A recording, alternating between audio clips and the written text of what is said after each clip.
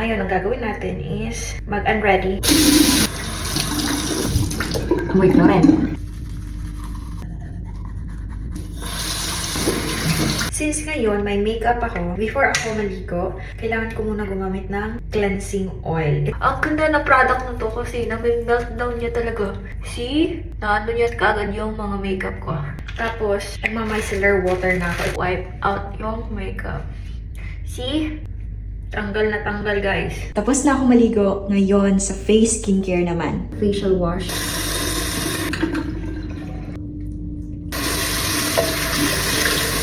Toner. May parang herbal siya na something dyan sa product. Grabing breakout ko recently dahil sa iba-ibang lugar, iba-ibang tubig, iba-ibang kinakain. The retinol, isang pump lang. You can use it all around your face. And then, magamit na ako ng Lux Organics Moisturizer. Pinaprioritize ko lang tong dito sa T-Zone. And then, nagla-lip balm na ako from Hello Glow. Then, I use the Kiehl Eye Cream.